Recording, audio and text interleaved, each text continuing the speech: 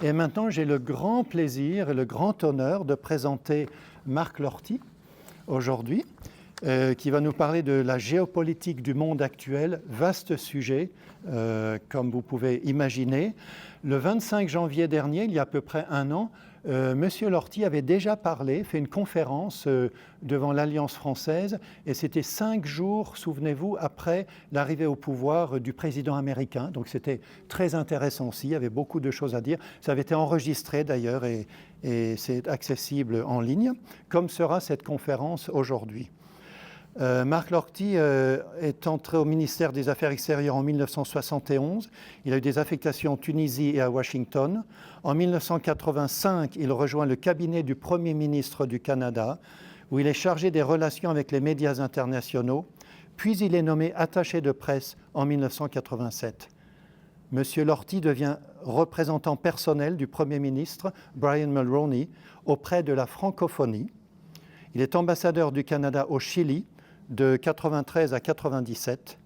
À la fin des années 90, il agit comme coordonnateur principal des relations fédérales provinciales et appuie la préparation du 3e sommet des Amériques prévu en avril 2000. Il est le Sherpa du Premier ministre Jean Chrétien au sommet des Amériques à Québec au printemps 2001. Québec, la ville de Québec dont vous êtes originaire d'ailleurs. Et M. Lortie est nommé ambassadeur du Canada en Espagne en 2004, puis ambassadeur du Canada en France en 2007. Aujourd'hui, M. Lortie nous parlera de la situation géopolitique dans le monde. Ses propos porteront sur les turbulences géopolitiques du moment et les relations transatlantiques surtout. La crise que nous traversons est une véritable rupture, comme l'a dit si clairement le Premier ministre Mark Carney à Davos. L'OTAN va-t-elle survivre aux velléités de notre voisin américain? Monsieur Lortie, c'est à vous, merci. Merci beaucoup. Merci beaucoup, Monsieur le Président, cher Emmanuel. Merci beaucoup, Madame la Vice-présidente. Je suis toujours ravi de revenir prendre la parole devant les membres de l'Alliance française de Victoria. C'est un plaisir puisque mon épouse, jeune fille, étudiante ici au département de français de l'Université d'Ottawa dans les années 60, était également membre de l'Alliance française à l'époque. Alors pour nous, l'Alliance française est très importante. Alors, Emmanuel m'a gentiment donné la responsabilité de faire le point sur la géopolitique en ce début d'année 2026. 2025, rappelez-vous, a été une année très déstabilisante. Nous en avions parlé il y a un an, mais nous ne savions pas à quel point elle allait nous déstabiliser.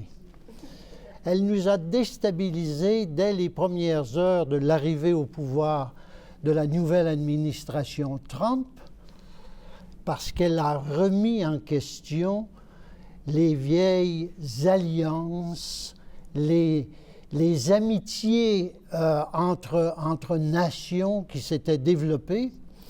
Et c'était un choc pour l'ensemble des populations. C'était un choc pour les Canadiens et les Canadiennes, et nous avons vu comment ils ont réagi à ce choc lors des élections du mois d'avril dernier. Ils ont craint pour leur avenir et ils ont élu fortement un nouveau premier ministre capable de faire face à cette nouvelle dimension qui se pointait à l'horizon. C'était un choc également pour les Mexicains, nos amis mexicains. C'était un choc, un grand choc pour les Européens. Vous avez tous une connexion étroite ou sinon familiale avec l'Europe et les populations, les opinions publiques européennes. Et c'était un choc de voir que tout à coup, le système international qui avait été construit depuis la fin de la Deuxième Guerre mondiale était en train de s'effriter.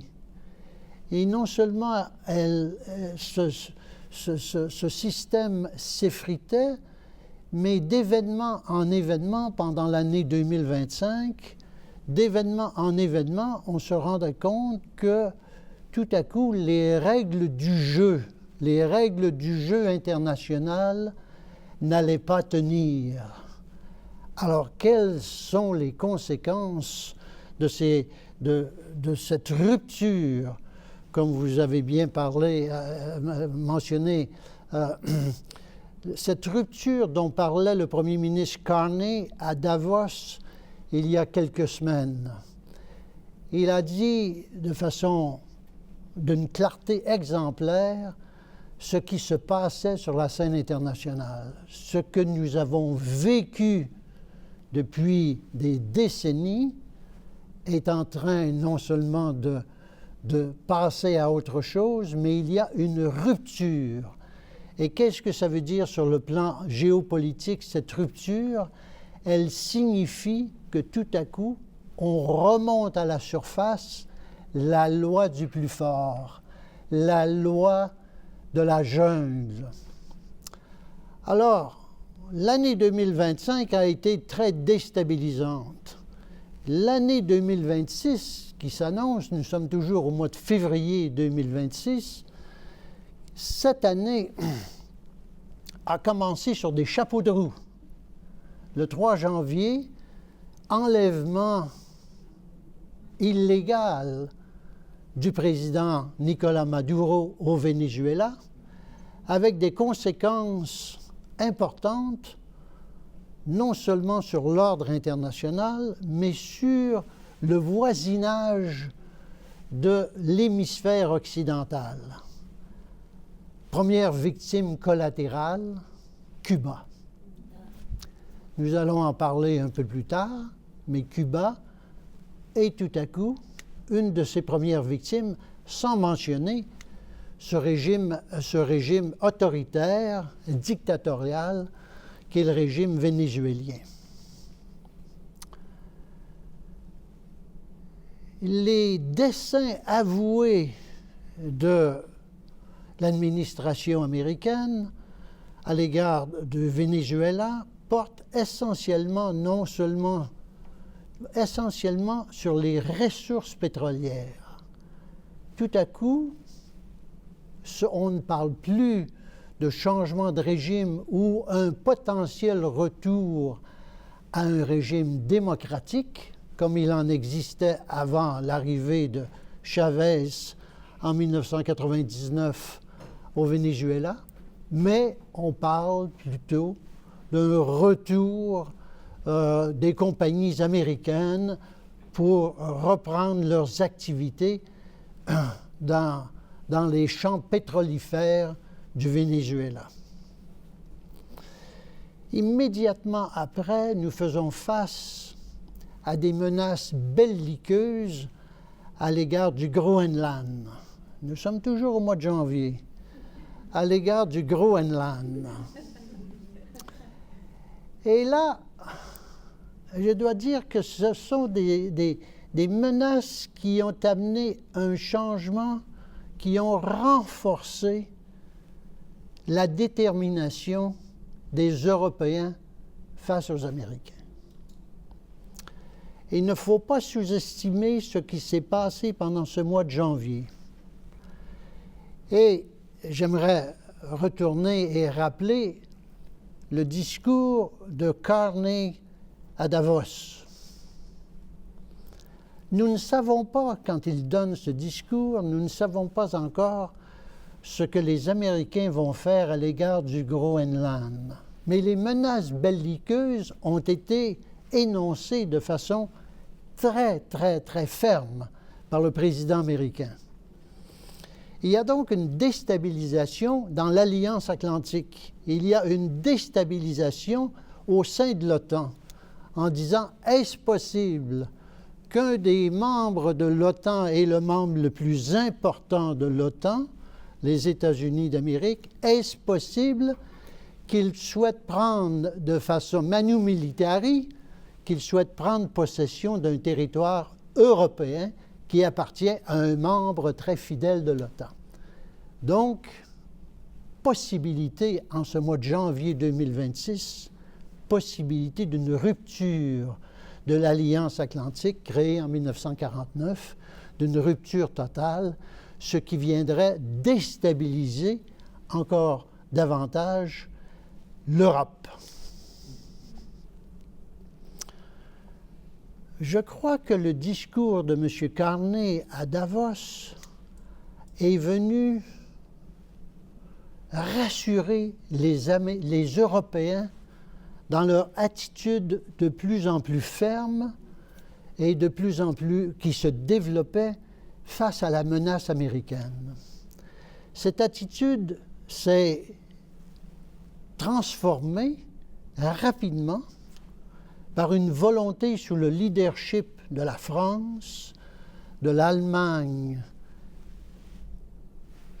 du Royaume-Uni et de l'Union européenne, s'est renforcée rapidement en disant, voilà, si vous passez à la menace, si vous mettez en action vos menaces, nous allons réagir de la façon suivante.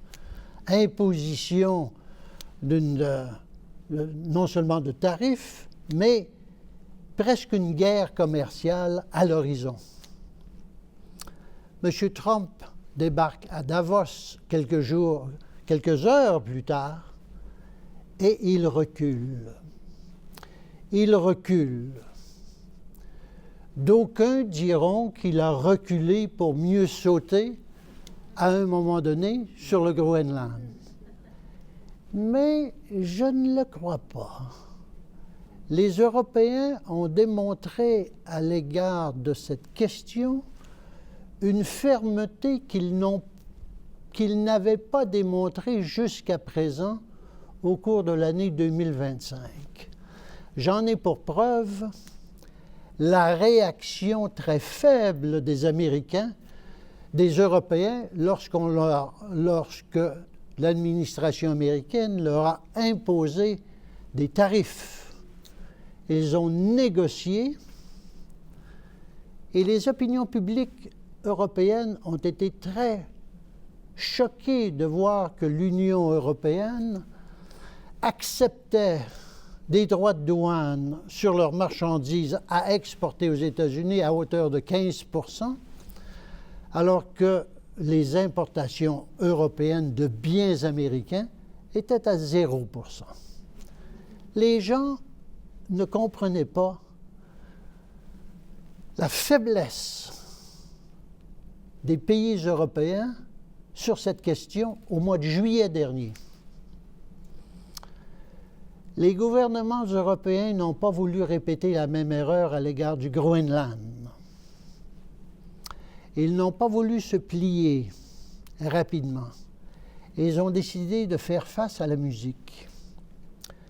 La raison pour laquelle les Européens avaient décidé à l'été dernier de ne pas réagir aux attaques tarifaires, à la guerre commerciale qui semblait se pointer avec l'Amérique, était à cause de l'Ukraine. Ils craignaient que les Américains allaient rétorquer de façon négative sur l'Ukraine en juillet dernier s'ils n'acceptaient pas de payer leurs 15 % sur leurs droits de douane. Mais entre le mois de juillet et le mois de janvier 2026, il y a eu une très grande évolution dans les esprits européens et des gouvernements européens sur la question de l'Ukraine et de la sécurité en Europe.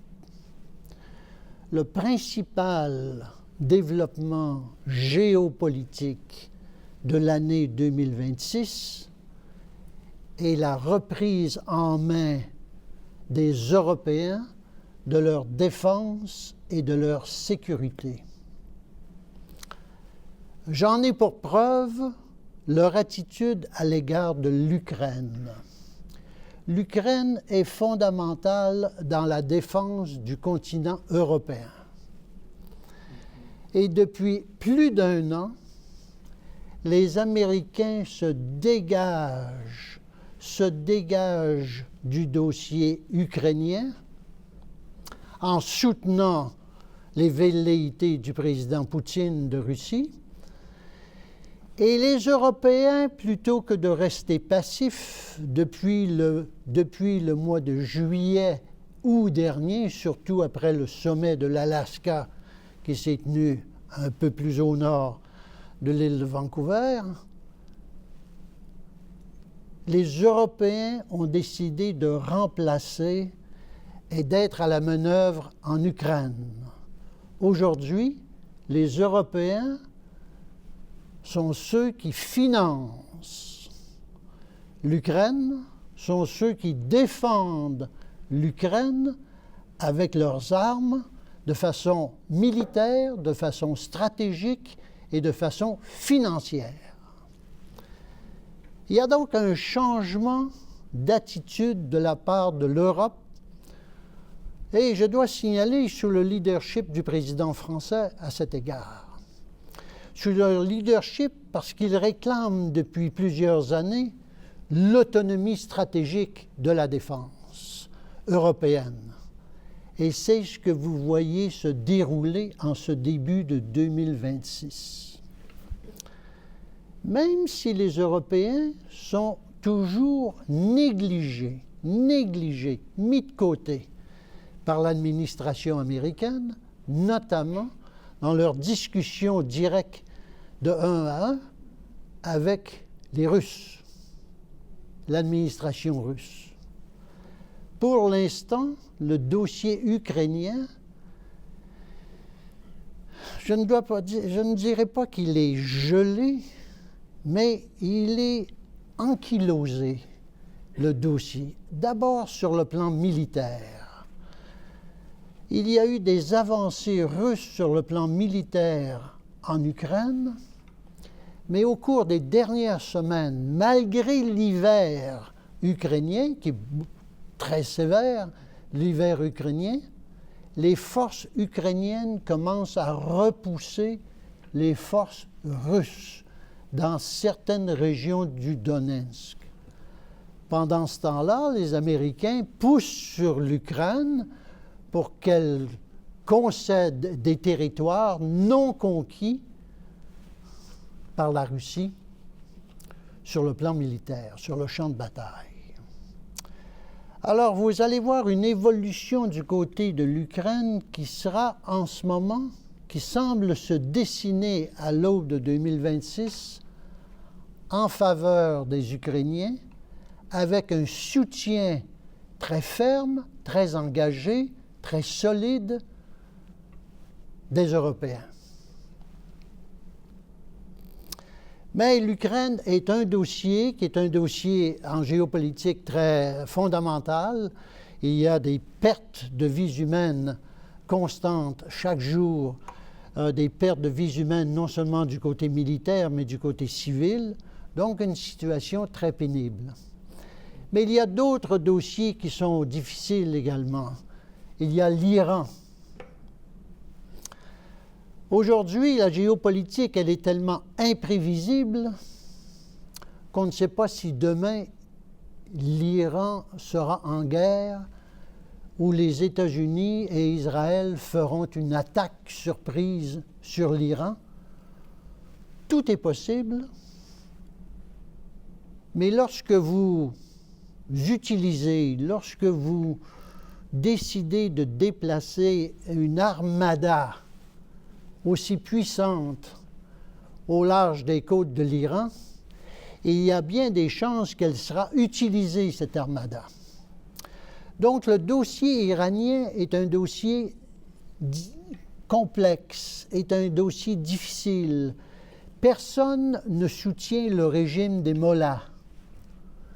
Mais en même temps, dans la région, tout le monde réalise, surtout les pays du Golfe, l'Arabie saoudite, voire même certains dirigeants d'Israël, mais pas tous,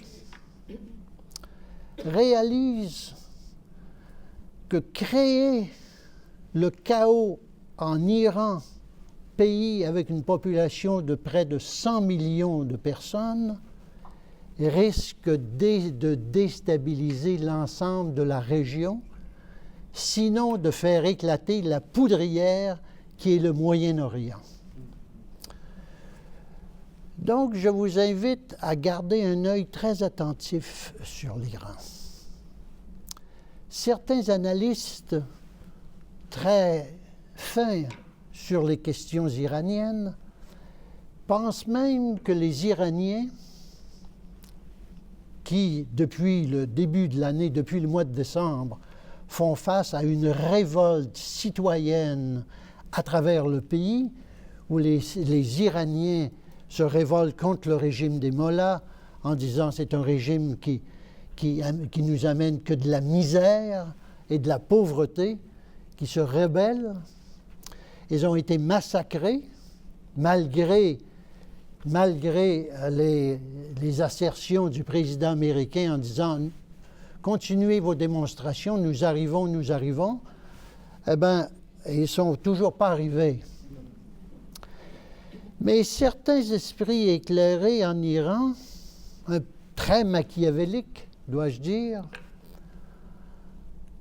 pensent qu'une guerre contre l'ennemi américain, malgré les pertes que subirait l'Iran, en vaut peut-être la chandelle. Et ces mêmes experts pensent que le régime des mollahs pourrait provoquer cette guerre. La provoquer pour s'assurer que le sentiment nationaliste iranien revienne derrière eux et soutienne le régime contre l'ennemi extérieur. C'est une analyse vraiment catastrophique, mais c'est une analyse réelle qu'il ne faut pas perdre de vue. Le régime des mollahs a démontré au cours des 50 dernières années qu'ils sont prêts à s'immoler pour le bien et la grandeur de la cause. Alors, c'est un dossier très délicat en ce moment et qui pourrait nous exploser rapidement. Et n'oublions jamais que lorsqu'il y a une étincelle qui s'allume quelque part, la poudrière pourrait s'étendre. Nous l'avons connu en 1914, nous l'avons connu en 1939. Ça prend une étincelle quelque part et tout à coup, le brasier s'allume. Maintenant, le petit Cuba. Cuba est la victime collatérale du coup au Venezuela. Et pour quelle raison? Parce qu'on a coupé les ressources pétrolières qui alimentaient depuis 20 ans le régime cubain. En retour du pétrole vénézuélien, le régime cubain envoyait médecins, professeurs et gardes de sécurité pour le régime de Maduro. Quelles ont été les principales victimes du régime Maduro, de l'enlèvement du président Maduro? 37 militaires cubains. Aucun militaire vénézuélien. Et pourquoi? Parce que le régime Maduro, qui est un régime autoritaire, ne faisait ni confiance à l'armée et à leur capacité pour protéger les hautes têtes dirigeantes, mais il faisait confiance aux Cubains. Parce que les Cubains savent à la fois organiser une sécurité rapprochée des dirigeants et contrôle militaire et l'intelligence dans le pays. c'est ce que les Cubains ont fait au Venezuela au cours des 20 dernières années. Les choses vont changer. Cuba est malheureusement fait face à une très, très, très grande difficulté en ce moment. N'ayant plus de pétrole, donc si vous aviez une réservation pour Cuba, il n'y a pas d'avion qui se rend à Cuba en ce moment. Il n'y a pas d'avion. Il n'y a pas d'avion parce qu'il n'y a pas de pétrole pour revenir. On peut pas... mais pas d'avion, pas de tourisme, ça veut dire pas de rentrée de devises étrangères, mais ça veut dire également des problèmes dans les hôpitaux, des problèmes dans les écoles, des problèmes d'alimentation électrique, etc., etc. Donc, ça va être une situation très, très compliquée sur laquelle il faut garder un œil. Mais, et j'aimerais conclure, parce qu'on va avoir une période de questions, il faut se rappeler que ces événements, cette turbulence, changent la géopolitique, mais qui sont les gagnants de tout ça? Jusqu'à présent, on pensait que la Chine et la Russie pouvaient être les nations gagnantes de ce bouleversement géopolitique dans le camp occidental. Mais quand on y regarde de plus près, la Russie est enlisée en Ukraine. La Russie a perdu ses alliés en Syrie. Elle a perdu ses alliés au Venezuela. Elle est faible vis-à-vis de Cuba. La Russie est une alliée de l'Iran, mais n'est pas véritablement engagée à la défense de l'Iran si jamais l'Iran était attaqué. Alors la Russie n'est pas un grand joueur dans cette question, d'autant plus que tout l'équipement vénézuélien, intéressant, l'équipement militaire vénézuélien était un équipement russe qui n'a pas fonctionné. Tout est en panne, rien ne fonctionne. Les Américains sont arrivés avec 150 hélicoptères et avions. Ils sont rentrés comme ils rentraient chez eux. Alors, sans aucune attaque. Pourquoi? Parce que tous les missiles, la soi-disant défense fournie par les Russes a été complètement paralysée. Les Chinois recevaient le pétrole du Venezuela. Les Chinois également reçoivent la majorité de leur pétrole importé de l'Iran. Alors, la Chine, même si on doit conclure que, malgré les désordres dans le camp occidental, la Chine ne s'en sort pas si bien que ça sur le plan géopolitique. Pour plusieurs raisons, mais une des raisons principales, c'est que la Chine, qui avait développé son ancre dans les Amériques au Venezuela, vient de perdre son ancre. La Chine, qui est forte au Moyen-Orient, surtout en Iran, risque de perdre une source d'approvisionnement en pétrole très forte. Donc la Chine, elle est très tranquille en ce moment. Et on ne peut pas dire que la Chine soit la gagnante du désordre actuel, mais potentiellement pourrait le devenir. Potentiellement. Mais en conclusion, j'aimerais vous dire que 2026 sera une année difficile pour le Canada. Une année difficile pour le Canada parce que vous aviez un cartoon tout à l'heure, là. Le cartoon tout à l'heure en disait beaucoup. Si Trump ne peut pas ou décide de ne pas aller plus loin sur le Groenland, sera-t-il tenté par l'Arctique canadien? Cet Arctique dont on croit que les Russes et les Chinois sont très présents dans cet article. Les Russes, avec raison, parce qu'il y a 5 millions de Russes qui vivent dans la zone arctique russe. Alors, c'est une zone extrêmement importante. Mais du point de vue de la sécurité nationale américaine, l'Arctique devient de plus en plus importante. Va-t-il regarder du côté de l'Arctique en 2026? Ceci dit, nous allons nous embarquer dans une renégociation de notre accord de libre-échange entre les États-Unis et le Canada. Et cet accord de libre-échange va nous amener dans une période extrêmement chaotique avec la présidence américaine.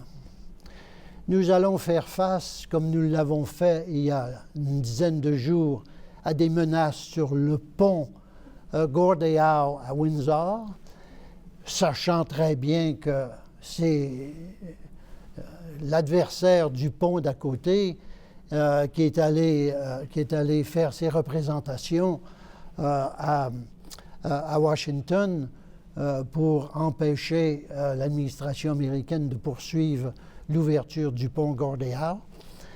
Mais nous allons faire face à toutes sortes de menaces, de tweets constants qui vont nous agresser pendant cette période de renégociation. Allons-nous nous en sortir?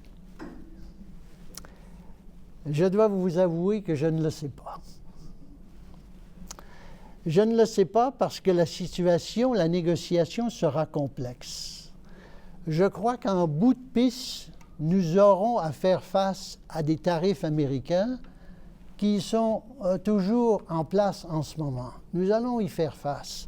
Et ça a de l'importance pour nous tous, les Canadiens, parce que ça touche le secteur de la forêt, en Colombie-Britannique, le secteur de l'acier, le secteur de l'automobile, le secteur de l'aluminium au Québec, dans la région du lac Saint-Jean. Ce sont tous des secteurs où les ouvriers et les employés canadiens vont subir les contre-coups de ces tarifs. 2026 sera donc une année extrêmement importante pour nous et une année qui sera déterminante pour notre économie. Le discours de Davos nous invite à regarder vers d'autres marchés, à regarder vers d'autres horizons, à bâtir. Il faut donc rester optimiste à cet égard. Quant au reste de la géopolitique, eh bien, même si on souhaite rester optimiste, espérons que l'année 2026, nous allons échapper au chaos qui pourrait se dessiner très rapidement, comme on le voit depuis le 1er janvier 2026. Merci beaucoup, Emmanuel, et merci à vous tous d'être présents.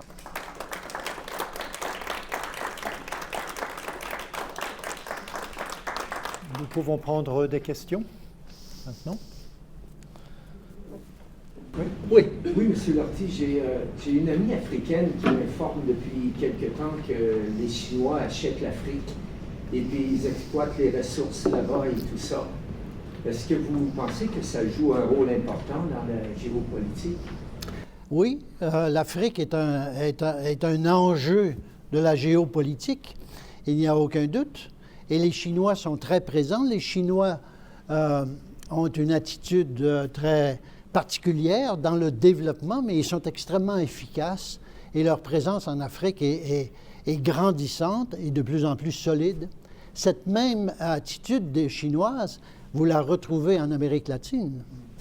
Il y a 20 ans, en Amérique latine, la Chine ne faisait qu'acheter, elle commençait son grand développement économique, achetait du cuivre ici et là au Pérou et au Chili. Aujourd'hui, la Chine est devenue le premier partenaire économique et commercial de la majorité des pays d'Amérique latine en 20 ans. C'est remarquable. Le même phénomène se reproduit vis-à-vis de l'Afrique. L'Afrique aujourd'hui est beaucoup plus engagée avec la Chine qu'elle ne l'est avec le monde occidental. Ce qui était impensable il y a même 15 ans. Et voilà. Votre ami a raison. Allez-y. En tant que diplomate, pourriez-vous expliquer comment la diplomatie a changé depuis l'arrivée de Trump au pouvoir? La manière de négocier, de parler aux diplomates a changé. Comment ça a changé? La vie des diplomates a changé profondément. Parce que nous sommes dans un univers sans règles de base. Quand vous avez des règles de base et vous pensez que vos amis, vos alliés vont se comporter d'une certaine façon, donc vous êtes dans un climat de confiance.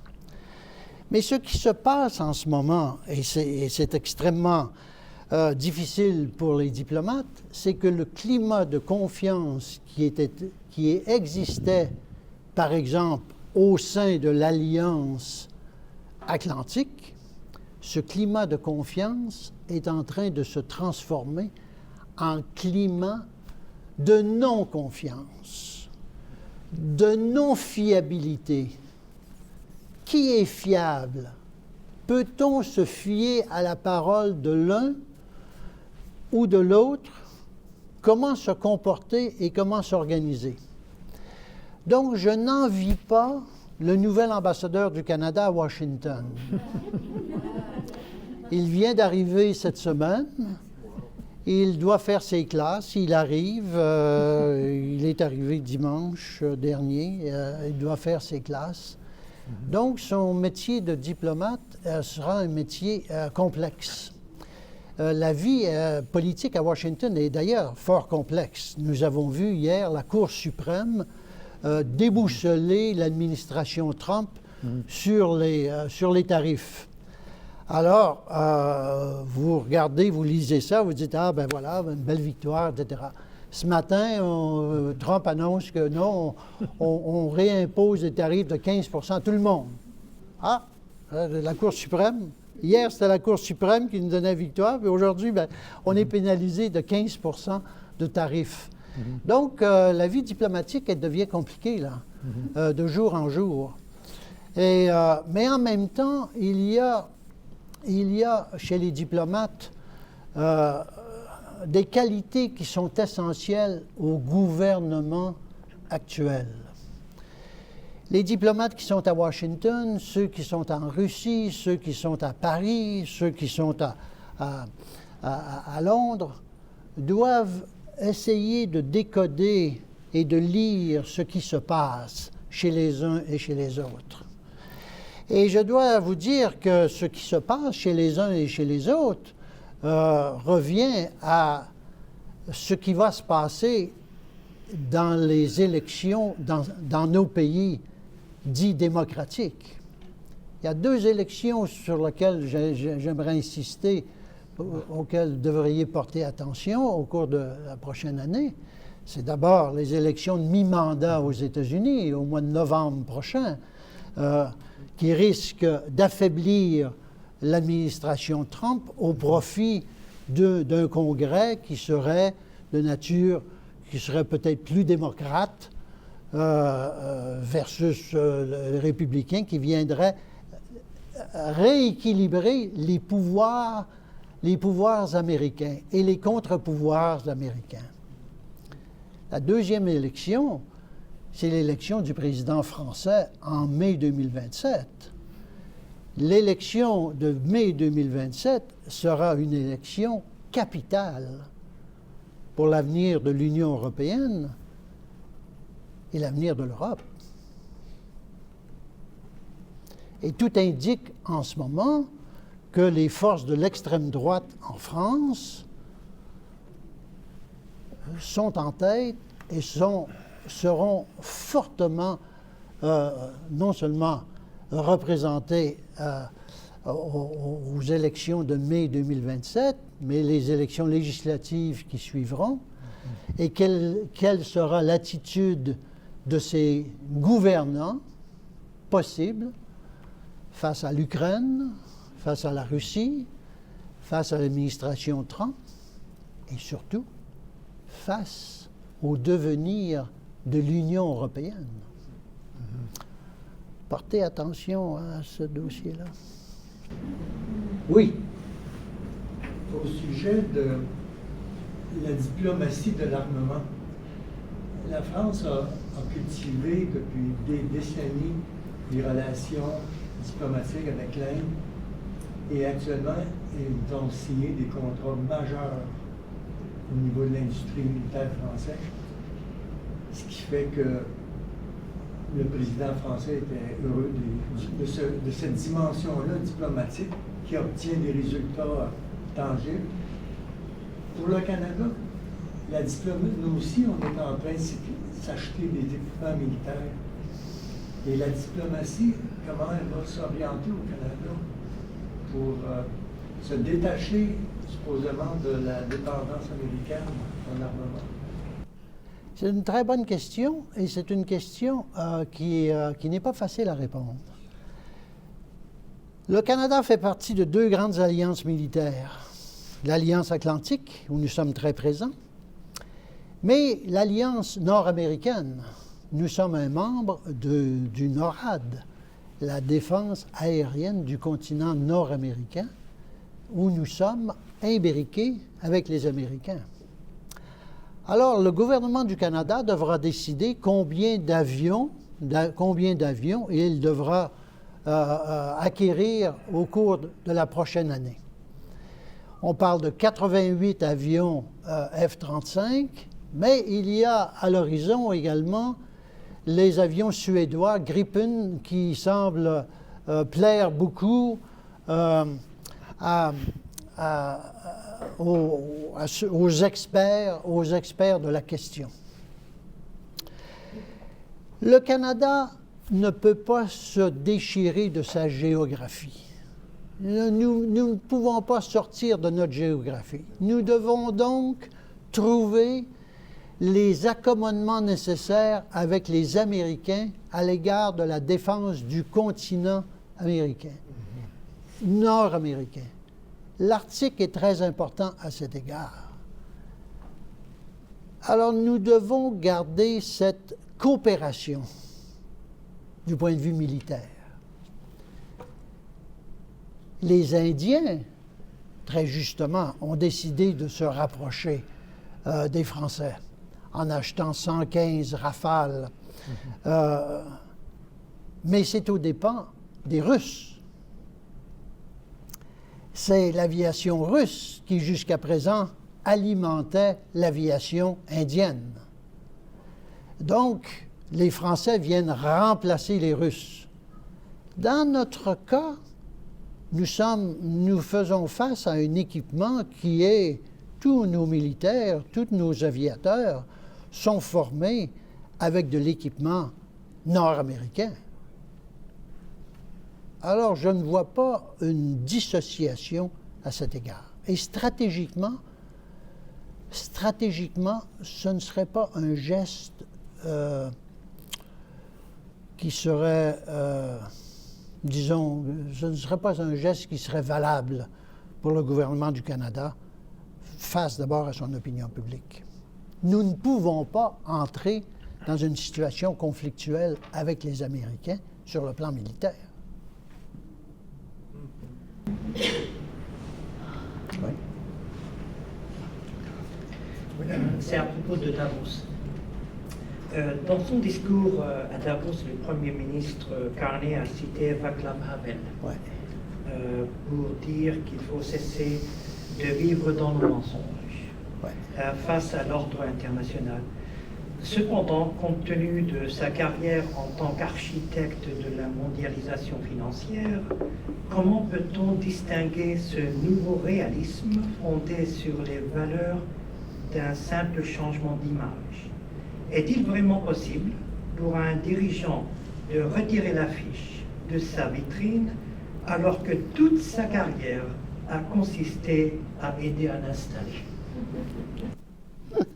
Très belle question. Écoutez, lorsque le Premier ministre parlait de la rupture, il parlait de la rupture de l'ordre international. Lorsqu'il a cité Václav Havel, avec beaucoup d'à-propos de citer Václav Havel, et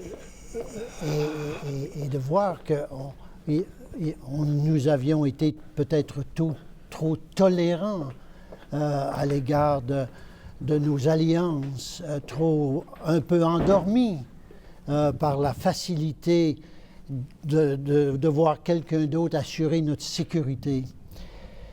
Le Premier ministre faisait référence surtout à des questions de défense et de sécurité. Sur la question de la mondialisation, il garde son chapeau de globaliste parce qu'il appelle les uns et les autres à former des alliances selon nos valeurs, soit avec les uns et soit avec les autres, en étant tout à fait réaliste. Alors, le Premier ministre Carney ne voulait pas mettre fin à la mondialisation.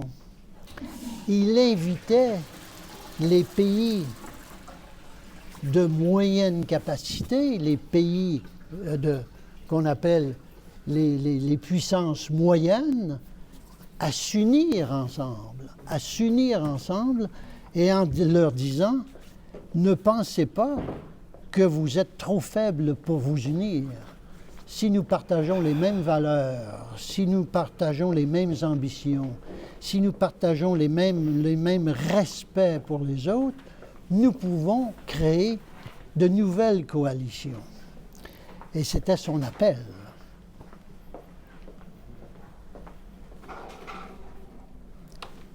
Monsieur Marty, il y a une question.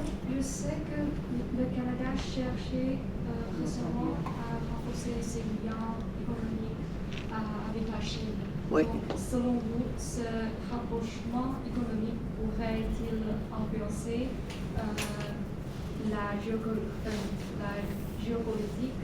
Et c'est oui, de quelle manière? Oui. Écoutez, le Canada et la Chine sont passés à travers une période très difficile dans leurs relations, qu'elles soient économiques ou politiques. Avec l'histoire de Meng Wanzhou à Vancouver, le kidnapping de nos deux citoyens, les deux Michael. Et il y a eu cette période de grand froid entre la Chine et le Canada.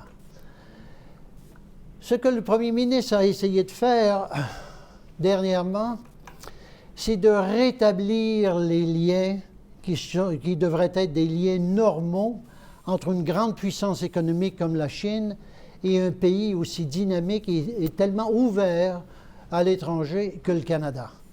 Il y a donc ce rapprochement qui est venu rétablir les relations et qui ont besoin d'être rétablies jusqu'à un certain niveau. Vont-elles avoir une influence sur le plan géopolitique? Eh bien, la première réaction à Washington a été une réaction très molle, disant « Oh, ben, c'est correct, ils ont fait quelque chose ». Deuxième réaction est une réaction exagérée. Exagéré. Tu sais, là, non seulement les Chinois, ils vont prendre le Canada, mais vous aurez plus de hockey sur glace, vous aurez plus de Coupe Stanley. Une histoire incroyable, tu sais, une réaction, une réaction vraiment outrancière, quasiment. Ceci dit, le Canada va rétablir une relation correct, diplomatique avec la Chine, mais qui n'ébranlera pas et qui ne changera pas la donne géopolitique. Ni pour la diplomatie canadienne et certainement pas pour la diplomatie chinoise. Non. Monsieur l'ambassadeur, Oui. j'ai une question pour vous. Le modèle dominant du XXe siècle, c'est celui de la démocratie, avec comme porteur de flambeau les USA. À l'aune des troubles géopolitiques et du bouleversement de l'ordre mondial, quel est l'avenir de ce modèle, notamment vis-à-vis du modèle centralisé comme celui de la Chine, qui a su démontrer son efficacité en sortant son pays de la misère et en le plaçant en position de tête mondiale si efficacement et si rapidement? Eh bien, c'est une question qui va dominer l'agenda au cours, non seulement au cours de la prochaine année, mais qui va dominer l'agenda au cours peut-être de la prochaine décennie. Et je crois que les valeurs démocratiques fondamentales vont remonter à la surface parce qu'elles assurent la liberté fondamentale des citoyens dans leur pays. Regardez les régimes autoritaires. Sont-ils des modèles?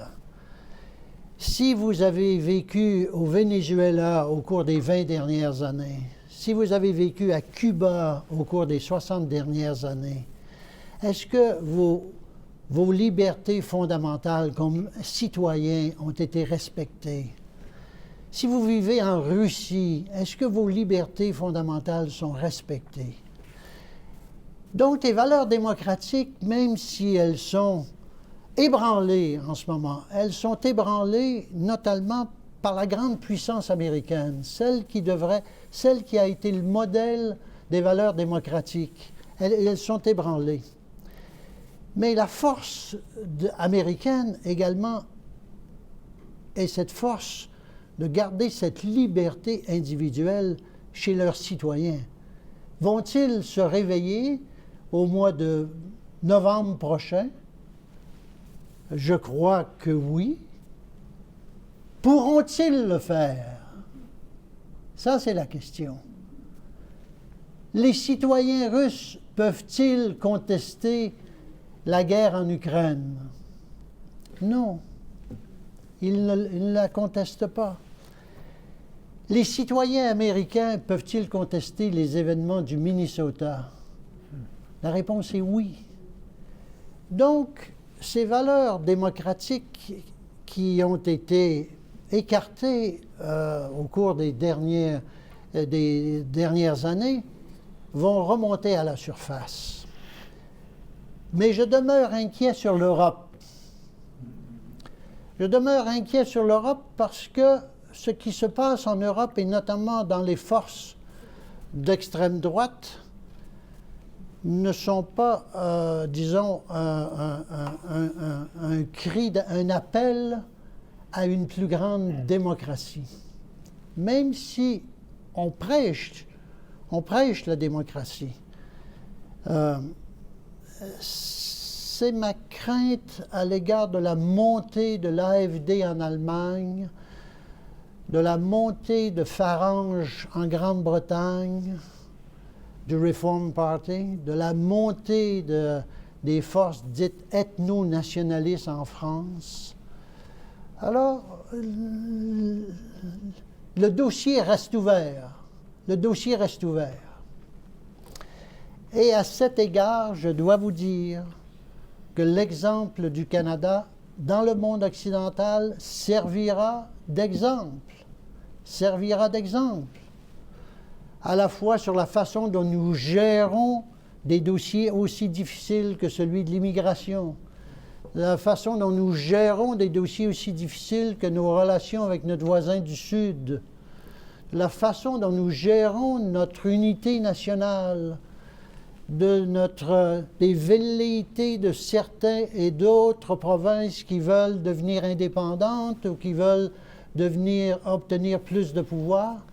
Il y a une méthode et une façon de faire de pays démocratiques dont certains pays seraient bien intentionnés de regarder ce qui se passe ici au Canada. Oui, mademoiselle. Je voudrais savoir si vous êtes d'accord. Parlez bien fort, s'il vous plaît. Parlez plus fort. Je voudrais savoir si vous êtes d'accord avec l'affirmation que l'empire des États-Unis américains est en train de tomber. Y a-t-il des risques juste pour dire ça ou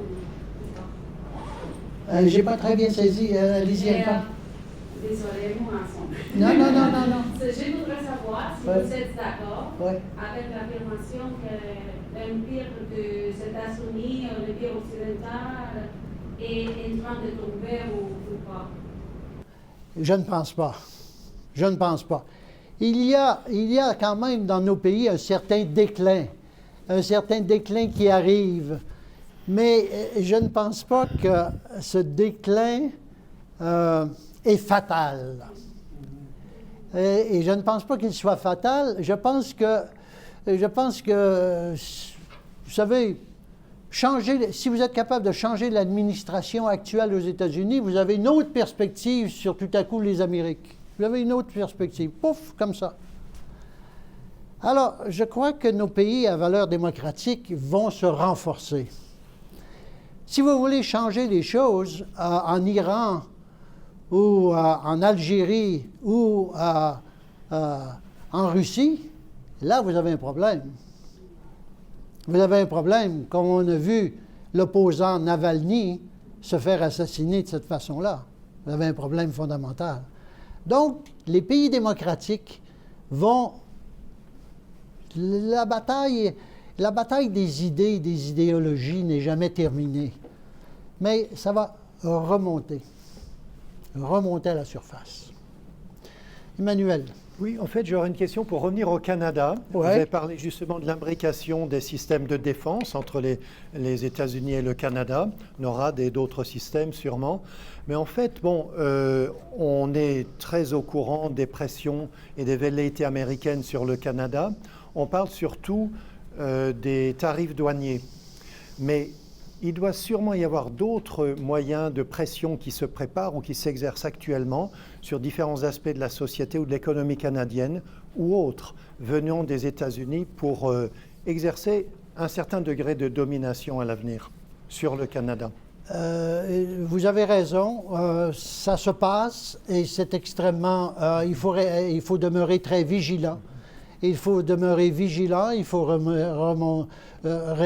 rester ferme et uni dans les circonstances. Je crois que c'était très important de voir quand l'ancien premier ministre conservateur à Ottawa il y a une dizaine de jours, lorsqu'il est allé, il était honoré, on inaugurait son portrait à la Chambre des communes, lorsqu'il a dit dans son discours que le Canada fait face à toutes sortes de pressions et c'est peut-être un temps d'unité entre les forces de l'opposition et les forces gouvernementales. C'était un message très important de la part de l'ancien premier ministre qui a toujours été considéré comme lui-même très partisan de la cause conservatrice et tout ça, de tout à coup dire, nous faisons face à toutes sortes de dangers, peut-être des dangers qu'on ne voit même pas, on les entend, on lit les tweets, mais il y a peut-être d'autres dangers qui sont très présents. Et dans les circonstances, peut-être que c'est le moment d'être davantage unis entre les forces de l'opposition politique et les forces gouvernementales. J'ai trouvé que c'était un message très important. Ouais, merci. Régent. Cher monsieur, j'ai un ami qui étudie la question de l'immigration et de la démigration. Ouais. Il est même allé en Europe, là, en Italie récemment et tout ça.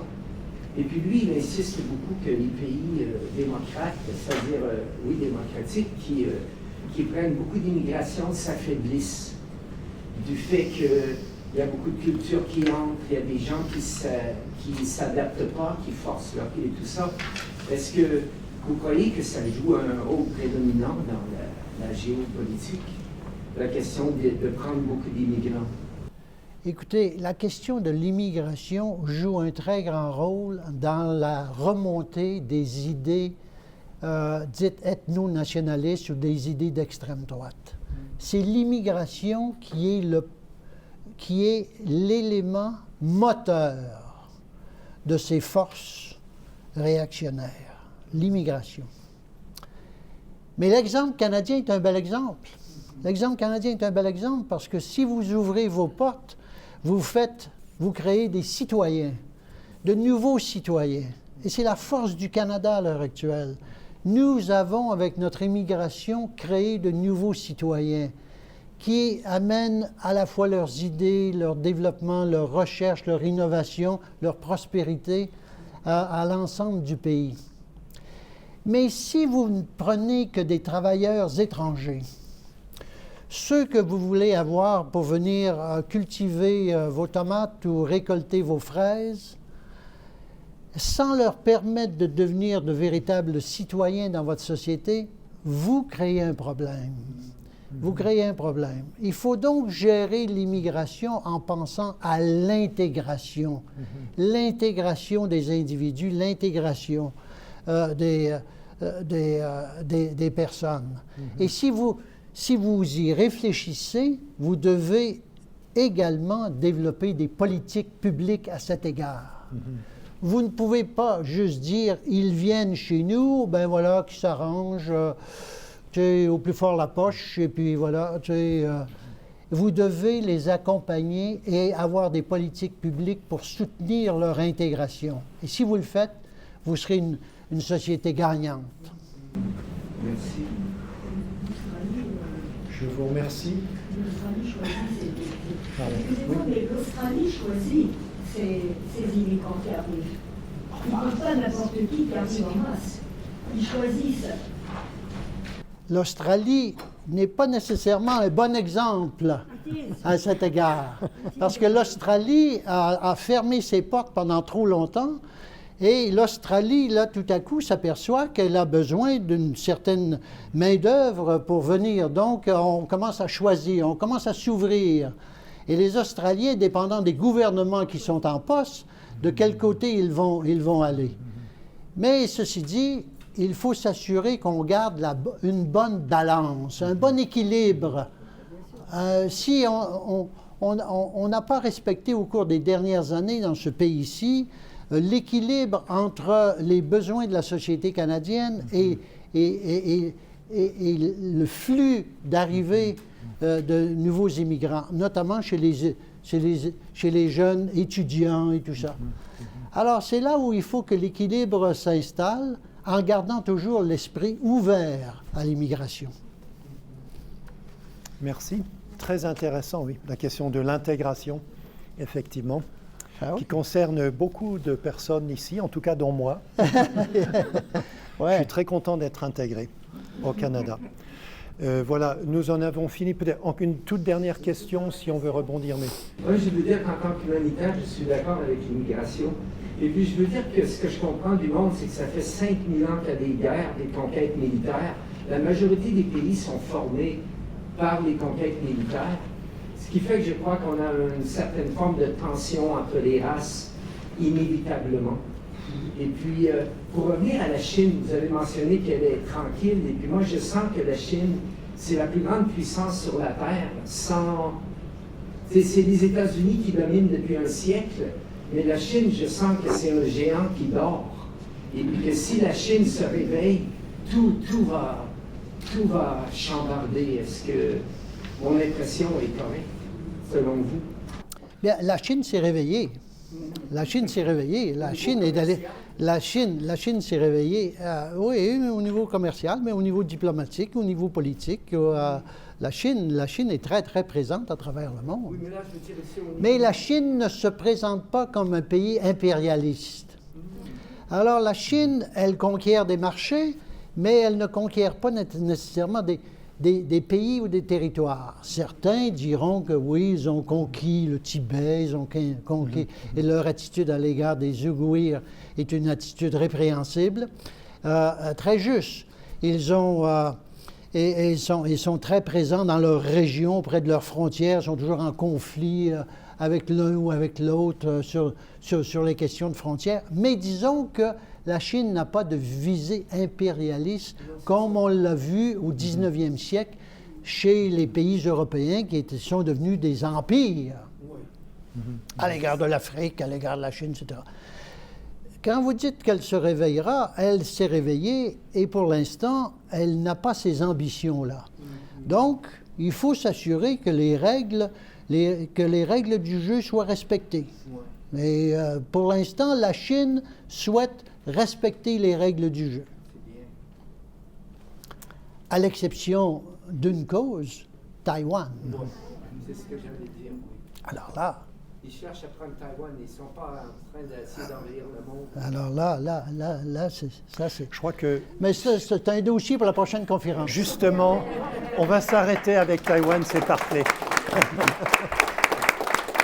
Merci beaucoup, monsieur l'ambassadeur, de la part de l'Alliance française de Victoria. Merci beaucoup. C'est passionnant, c'est actuel, c'est... Merci beaucoup. Voilà, merci Toujours beaucoup. un plaisir. Merci beaucoup. Merci, Emmanuel. De votre expertise. Oui. Ouais, voilà. Oui. Ouais.